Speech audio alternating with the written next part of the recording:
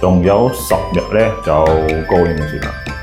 咁大家做小老闆，大家會諗住點樣過咧？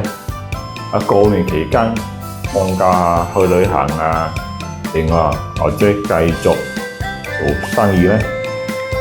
好多時咧，我哋啲小老闆咧，即係1-2個人嘅公司，好多時就算過年，我哋都要繼續工作。不過咧，因為我哋而家我哋公司咧，好多時咧做生意咧，都係靠個電話去做，上網做，所以咧，就算呢日過唔過年咧，對我哋影響都唔大。有咩事生意操作，我哋都係用電話，所以無論你喺公司做嘢又好，或者喺屋企啊，或者其他地方，我哋一樣可以做到生意。所以科技帶咗俾人好方便嘅。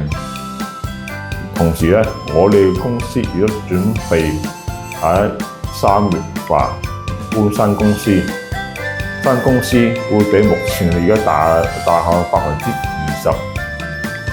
咁咧即係話生意咧，亦都慢慢開始好返啲啦。咁希望大家過新年時間，新一年有個新嘅希望，新嘅目標，生意又好，慢慢好啲，打工咧就玩多啲。OK。